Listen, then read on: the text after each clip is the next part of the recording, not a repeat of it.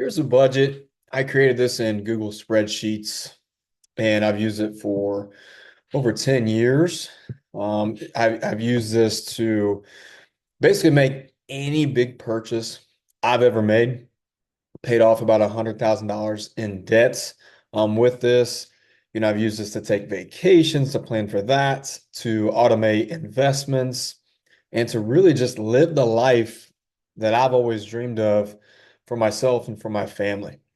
All right, if you haven't, the link to this particular budget is on my X account or Twitter, and it's also on my YouTube channel. All you have to do is click File and make a copy, and you'll be able to edit your own information in there. The framework of this budget is set up pretty nicely. Your income is at the top. As you can see here, I just have 9,000 in there. It's at the top there, as you can see, and all of your expenses are listed below. I kind of go through these slowly, as you can see. This budget, as you'll see at the bottom, it is a zero-based budget. As you can see here, it's not quite to zero right now. But what that means is it is your income minus all of your set expenses here should equal zero. So when we do this, when I show you how to use this, that bottom number should actually say zero. And there are equations and formulas in here for you. So you don't have to do any of the addition and subtraction here to add up all of your numbers.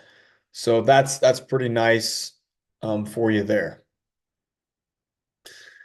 So again, in regards to a budget, every dollar has a name and needs a job to do. All right, so we need to do that with a budget. So let's go over a few big categories. I'm going to start with the big four, which I think are the most crucial expenses to, I guess, get under control and do the right way, which will unlock a lot of power in other areas. So let's start with we have savings and investing at the top. Okay, we'll start there. So I have an equation here to calculate 15% of your income will be calculated, as you can see, which basically says that you should be saving around $1,300 or more if you were making $9,000 monthly. The next of the big four is giving. Okay, it's right here.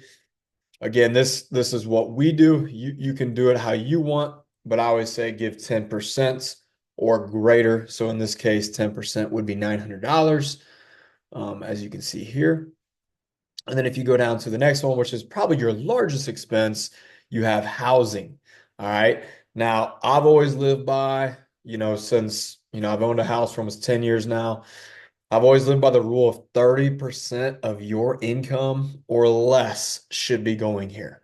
All right. So in this regard, it's going to be around $2,700, which means we should try to get a house or a mortgage or rents that's at that number or below. If you go a little above, it's okay. We'll talk about that in later videos because that's a challenge with the landscape of things right now. Lastly is car payment.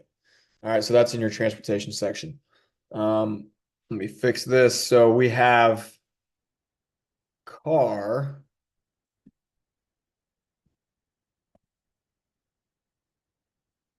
Which will also be 10%.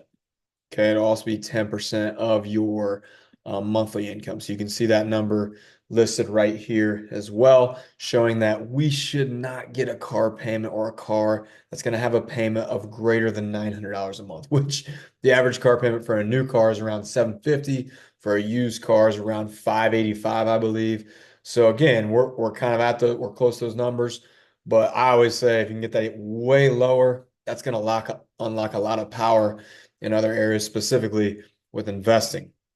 All right, so that's kind of the big four. So the big four again are saving or investing. You have your housing, you have your giving, and you have your car payment. So if we can keep those under control, that will be key for you moving forward. So we'll always kind of go back to those. Okay, as far as more things in the framework of this particular budget, I do have two columns here. I have budgeted amount on your left side, and I have actual amount on your right side. So the budgeted amount is what you plan to spend that particular month. And then the actual amount is actually how you did. So for example, here, if I plan to save 1350, but I ended up maybe saving 1500, okay, to get my budget on the right-hand side to be zero, that would be a good thing. Maybe you didn't spend as much going out to eat or on clothes or whatever it may be. That's how you could increase or even decrease numbers as well. So that's kind of the framework. We'll dive deep into how you actually use this budget on a monthly basis and how I have used this for 10 years. But that's it for the framework.